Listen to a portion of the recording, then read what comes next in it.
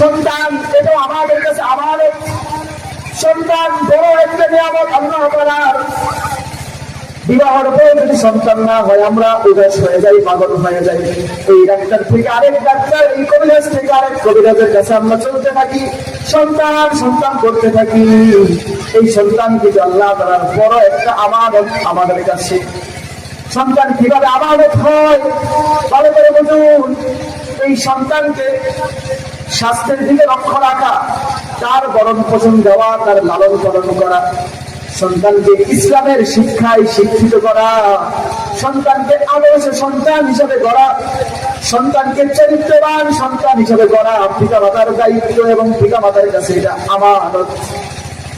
যদি আমি এই দায়িত্ব অবহেলা করি, সন্তানকে সুশিক্ষায় শিক্ষিত না করি, কাল কিয়ামতকালে আমানতের খেয়ানতকারী হিসাবে আমাকে উঠতে হবে। আমানতের খেয়ানতকারী হিসাবে আল্লাহর সামনে আমাকে দাঁড়াইতে হবে। আল্লাহ তাআলা পবিত্র কোরআনে বলেন, ইয়া আইয়ুহাল্লাযীনা আমানু কু আনফুসাকুম ওয়া আহলিকুম নারা। হে ইমানদারগণ, তোমরা নিজের আগুন থেকে বাঁচো, তোমাদের পরিবারকে জাহান্নামের আগুন থেকে বাঁচাও।